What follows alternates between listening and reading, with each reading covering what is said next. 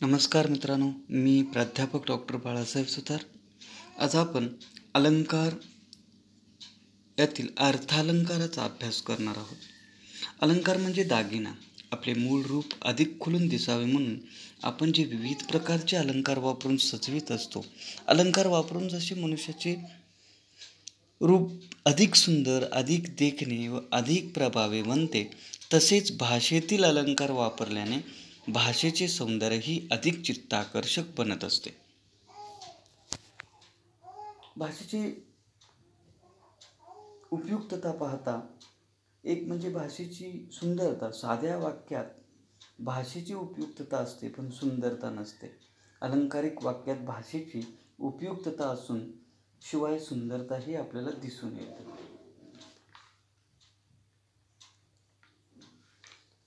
दोन सुंदर वस्तूंमधील साम्य दर्शवून पद्यामध्ये अर्थचमत्कृती आणली जाते, तेथे अर्थालंकार होतो.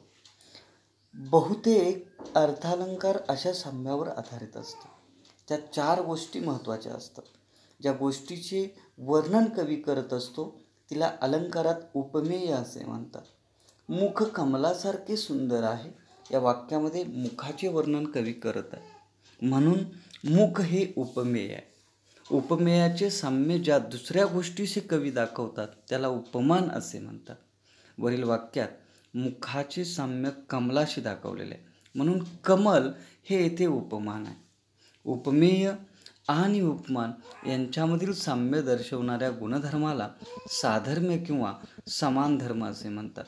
वाक्यात उपमेय मुख आणि उपमान कमळ यामध्ये साम्य दाखवणारा गुण सुंदरता हा आहे.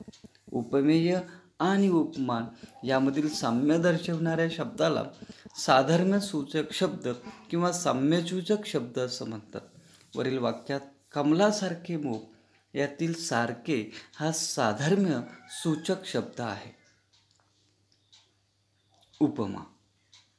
दोन वस्तूतील साम्य चमत्कृती पूर्ण रीतीने जेथे दाखवलेले असते तेथे उपमा हा अलंकार होतो. उपमेत एक वस्तू दुसऱ्यासारखी आहे असे वर्णन असतं. उपमा उपमेय हे उपमानासारखेच आहे असे जेथे वर्णन असते तेथे उपमा हा अलंकार असतो. उपमा अलंकारात सम, समान, सारखे, वाणी, जसे, तसे, प्रमाण, सदृश्य, परी, तुल्य यापैकी एखादा साम्यसूचक शब्द असतो. उदाहरण घ्यायचं झालं तर, लाट उसळोनी जळी खळे व्हावे, त्यात चंद्राचे चांदणे पडावे, तसे गाली हसता तुझ्या व्हावे, उचंबळूनी लावण्यावर व्हावे. उदाहरणार्थ दुसरं उदाहरण घेऊ. मुंबईची शहरे मात्र लहान कबुतराच्या खुराड्यासारखी, किंवा सावळाचा रंग तुझा पावसाळी नभापरी, आभाळागत माया तुझी अम्मावर राहू दे. ही वरील उदाहरण पाहता सामान्यतः उपमा अलंकारात सारखा, जसा, जेवी, सम, सदृश्य, गत, परी, समान यासारखे साम्यवाचक शब्द येतात आणि वरील उदाहरणात ते आपल्याला आढळतात. उत्प्रेक्षा. उत्प्रेक्षा म्हणजे कल्पना. ज्या दोन वस्तूंची आपण तुलना करतो त्यातील एक उपमेय ही जणू काही दुसरी वस्तू उपमाच आहे अशी कल्पना करणे, याला उत्प्रेक्षा अलंकार म्हणतात. उत्प्रेक्षा उपमेय हे उपमानच आहे असे जेथे वर्णन असते तेथे उत्प्रेक्षा हा अलंकार होतो. उत्प्रेक्षा अलंकारात जणू काय, की, गमे वाटे, भासे म्हणजे यापैकी एखादा साधर्म्य सूचक शब्द असतो. विद्या हे पुरुषास रूप बरवे, की झाकले द्रव्य हे, तिच्या कळ्या होत्या मिटलेल्या सगळ्या, जणू दमल्या फार खेळूनी मग निजल्या, अर्धपायी पांढरीशी विचार, गमे विहंगातीत बडा फौजदार. उपमेय हे जणू उपमानच आहे असे जेथे वर्णलेले असते तेथे उत्प्रेक्षा अलंकार होतो. उत्प्रेक्षा अलंकारात जणू काय, गमे वाटे, भासे की यासारखे साम्यवाचक शब्द येतात. रूपक. उपमेय व उपमान यांच्यात एकरूपता आहे, ती भिन्न नाहीत असे वर्णन जेथे असते तेथे रूपक हा अलंकार होतो. दृष्टांत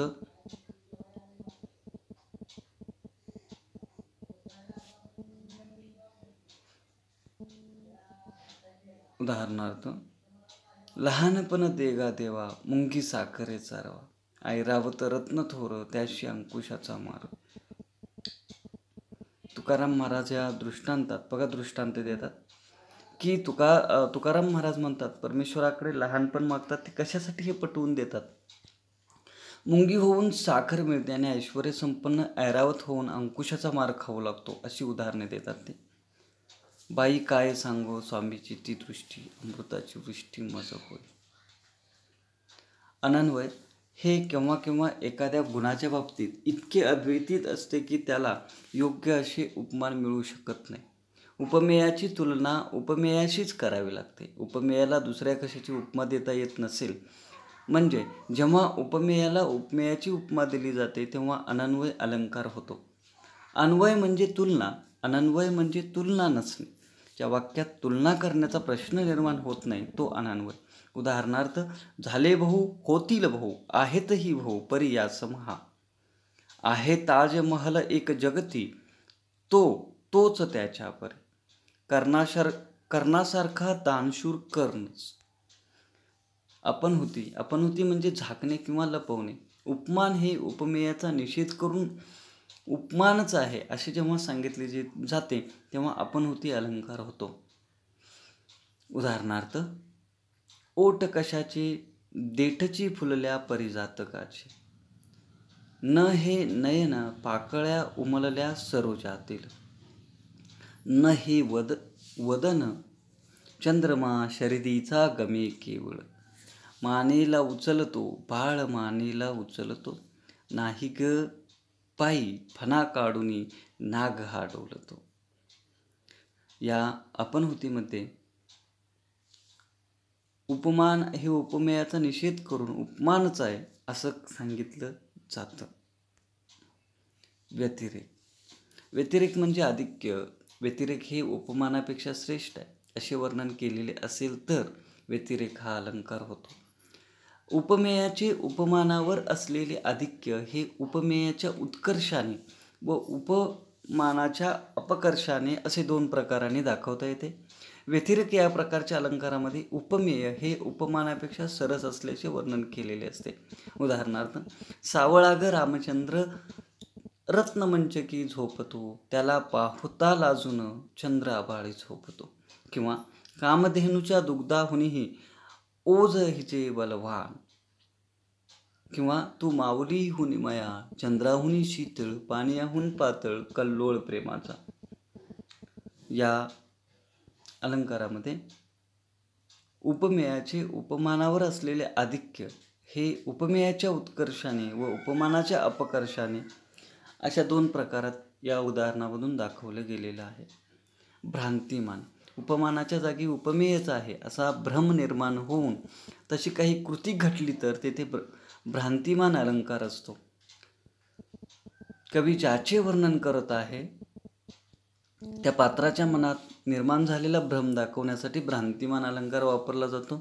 उदाहरणार्थ, भृंगे विराजित नवी अरविंद पत्रे, पाहुणी मानुनी तशीच विशाल पत्रे, घालीन अंजन अशा मातीने तटाकी, कांते वृथा उतरलो भिजलो विहोकी. पुंग्याने सुशोभित झालेली कमलपत्रे हे दमयंतीचे नेत्रच आहेत असे समजून तिच्या डोळ्यात अंजन घालाव्यास नलराजा पुढे सरसावला व पाण्यामुळे भिजला. दुसरं उदाहरण बघूया आपण. हंसा विलोकनी सुधाकर अष्टमीचा, मानिला निकिट देश तिचाच साचा, शंकत्वयी धरुणी कुंकुम किरवाणी, लावावया तिलक लांबविला सोपानी. अष्टमीचा चंद्र हा दमयंतीचा भालप्रदेश असावा अशी समजूत घेऊन तिच्या कपाळावर कुंकवाचा टिळा लावण्यासाठी नळराजाने आपला हात लांब केला असा त्याचा अर्थ आहे. म्हणजे इथं सुद्धा या उदाहरणातून भ्रांतिमान कवी ज्याचं वर्णन करत आहे त्या पात्रांच्या मनात निर्माण झालेला भ्रम दाखवला आहे. ससंदेह.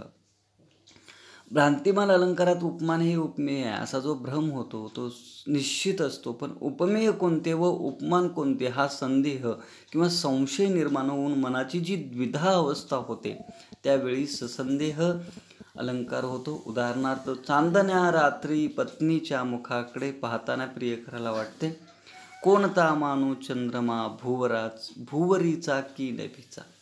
चंद्र कोणता वदन कोणते, शशांक मुख की मुख शशांक ते.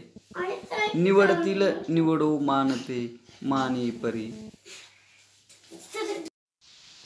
मन सुखद भ्रमरा मानू चंद्रमा कोणता. कोणता मानू चंद्रमा भुवरीचा की नभीचा. उपमान आणि उपमेय याच्यात जो संदेह किंवा संशय निर्माण होऊन जी मनाची द्विधा अवस्था होते त्यावेळी ससंदेह अलंकार होतो आणि तो आपण या उदाहरणातून पाहिला आहे. यानंतर अतिशयोक्ती कोणतीही कल्पना आहे त्याच्यापेक्षा खूप फुगवून सांगताना त्यातील ही असंभाव्यता अधिकच स्पष्ट करून सांगितलेली असते त्यावेळी अतिशयोक्ती हा अलंकार होतो. उदाहरणार्थ, दमडीचं तेल आणलं, सासूबाईचं नालं झालं, मामंजीची दाढी झाली, भाऊजीची शेंडी झाली, उरलं तेल झाकून ठेवलं, लांडोरीचा पाय लागला, वेशीपर्यंत उघळ गेला, त्यात उंट पोहून गेला. यात असंभाव्यतेची परिसीमा असते.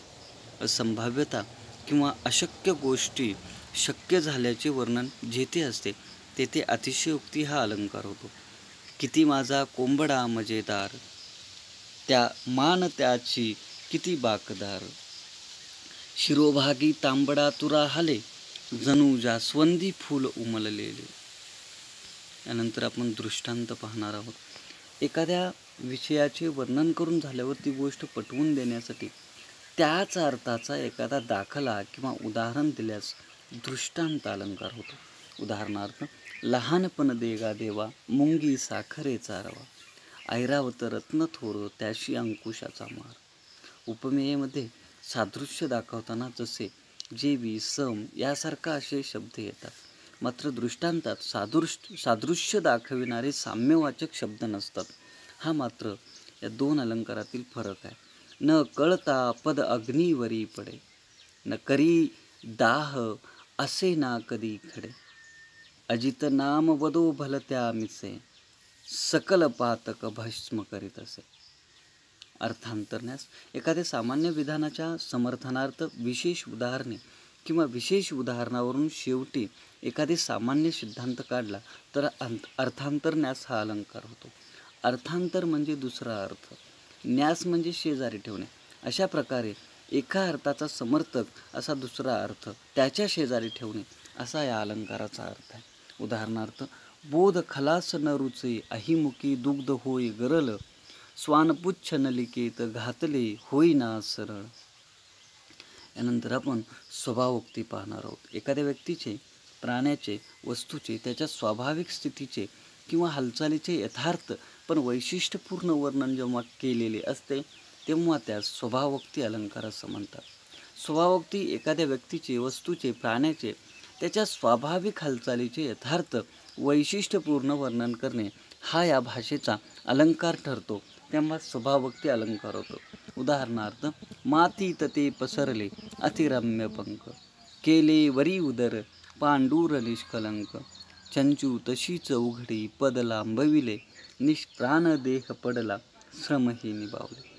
गणपतवाणी बिडी पिताना चावायचा नुसतीच काडी, म्हणायचा अन मनाशीच की या जागेवर बांधीन माडे, मिचकावनी मग उजवा डोळा आणि उडवून डावी भुवई, भिरकावून ती तशीच द्यायचा लकेर बेचवी जशी गवई. एखाद्या व्यक्तीचं इथं गणपतवाण्याचं बिडी पितानाचं वर्णन त्याच्या स्वाभाविक स्थितीचं किंवा हालचालीचं यथार्थ आणि वैशिष्ट्यपूर्ण वर्णन कवी इथं करताना दिसतो. आणि या वैशिष्ट्यपूर्ण वर्णनालाच आपण काय म्हणतो, स्वभावोक्ती असं म्हणतो. विरोधाभास एखाद्या विधानाला वरवरचा विरोध दर्शवला जातो पण तो वास्तविक विरोध नसतो तेव्हा विरोधाभास अलंकार होतो. उदाहरणार्थ, जरी आंधळी मी तुला पाहते, मरणात खरोखर जग जगते. वरवरचा विरोध असतो पण वास्तविक विरोध नसतो किंवा हा विरोधाभास या दोन्ही उदाहरणातून आपल्याला स्पष्ट दिसून येतं. अन्योक्ती म्हणजे अन्य व्यक्तीला उद्देशून बोलणे. कित्येक वेळा एखाद्या व्यक्तीला स्पष्टपणे बोलता येत नाही, अशा वेळी ज्याबद्दल बोलायचे त्याबद्दल काहीच न बोलता दुसऱ्याबद्दल बोलून आपले मनोगत व्यक्त करण्याची जी पद्धत असते त्याला अन्योक्ती असं म्हणतात. अर्थात लेकी बोले सुने लागे अशा प्रकारची ही पद्धत असते. उदाहरणार्थ, येते समस्त बहिरे लोक, का भाषण मधुर तू करशी अनेक, हे मूर्ख यास किमी पही नसे विवेक, रंगावरून तुझला गणतील काक. इथं सुद्धा या उदाहरणातून काय केलेलं आहे तर दुसऱ्याबद्दल मनोगत व्यक्त केलेलं दिसून येतं. त्यालाच आपण अन्योक्ती असं म्हणतो. पर्यायोक्त, एखादी गोष्ट सरळ शब्दात न सांगता अप्रत्यक्ष रीतीने किंवा आडवळणाने सांगणे यास पर्यायोक्त असे म्हणतात. उदाहरणार्थ, त्याचे वडील सरकारचा पाहुणचार घेत आहेत, काळाने त्याला आमच्यातून हिरावून नेले.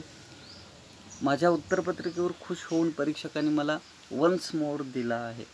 म्हणजे सरळ न सांगता अप्रत्यक्ष रीतीने या उदाहरणातून आडवळणाने अर्थ सुचवलेला सूचकता दाखवलेली आहे. विरोधाभास, एखाद्या विधानावर वरवर दिसायला विरोध असेल असे वाटते पण वास्तविक तसा विरोध नसतो. अशा ठिकाणी विरोधाभास हा अलंकार असतो. उदाहरणार्थ, वियोगार्थ मलिन होते नेम या जगाचा, जरी आंधळी मी तुला पाहते. स्वतःसाठी जगलास तर मेलास, दुसऱ्यासाठी जगलास तर जगलास. सर्वच लोक बोलू लागले की कोणीच ऐकत नाही. म्हणजे वरवर दिसायला विरोध आहे पण वास्तविक तसा विरोध नसणं हाच विरोधाभास अलंकार होय. सार, एखाद्या वाक्यातील कल्पना चढत्या क्रमाने मांडून उत्कर्ष किंवा अपकर्ष साधलेला असतो तेव्हा सार हा अलंकार होतो. उदाहरणार्थ, आधीच मरकट तशातही मद्य प्याला, झाला तशात जरी वृश्चिक दंश त्याला, किंवा झाली तयास तदनंतर भूतवादा, चष्टावधू मग कपीच्या अगाधा. चेतना गुणयुक्ती, निसर्गातील निर्जीव वस्तू सजीव आहेत अशी कल्पना करून ती मनुष्याप्रमाणे वागतात किंवा कृती करतात असे जेथे वर्णन केलेले असते तेथे चेतन गुणयुक्ती हा अलंकार होतो. उदाहरणार्थ, कुटुंब वत्सल इथे फणस हा, कटी खांद्यावर घेऊन बाळे, कथिते त्याला कुशल मुलांचे, गंगाजळीचे बेत आगळे. इथे मनुष्याप्रमाणे वागतात, निसर्गातल्या ज्या निर्जीव वस्तू आहेत त्या निसर्गाप्रमाणे वागतात असे वर्णन काय केलेले असते आणि असे वर्णन जे तेथे चेतना गुणयुक्ती अलंकार होतो. व्याजस्तुती, बाह्यता स्तुती पण आतून निंदा किंवा बाह्यता निंदा पण आतून स्तुती असे जे ते वर्णन असते तेथे व्याजस्तुती हा अलंकार होतो. उदाहरणार्थ, काय विद्वान आहेस रे तू, केवढा उदार रे तू, अशा स्वरूपाची आपल्याला उदाहरणं देता आहेत. व्याजोक्ती, एखाद्या गोष्टीचे खरे कारण लपवून दुसरेच कारण देण्याचा प्रयत्न केला जातो तेथे व्याजोक्ती हा अलंकार होतो. उदाहरणार्थ, येता क्षण वियोगाचा पाणी नेत्रामध्ये दिसे, डोळ्यात काय केले हे म्हणून नयन पुसे, काय गे बगशी मागे वळूनी अशी, विचारिता म्हणे माझी राहिली पिशवी कशी. अशा तऱ्हेनं आपण या अलंकारांचा अभ्यास केलेला आहे. अधिक वाचनासाठी मराठी वृत्तदर्पण, परशुरामदात्या गोडबोले, मराठीचे व्याकरण लीला गोविलकर, सुगम मराठी व्याकरण व लेखन मोरा वाळिंबे या अधिकाधिक पुस्तकांचा वाचन करून आपल्या अलंकाराचे ज्ञान आणखी वाढवता येईल. धन्यवाद मित्रांनो.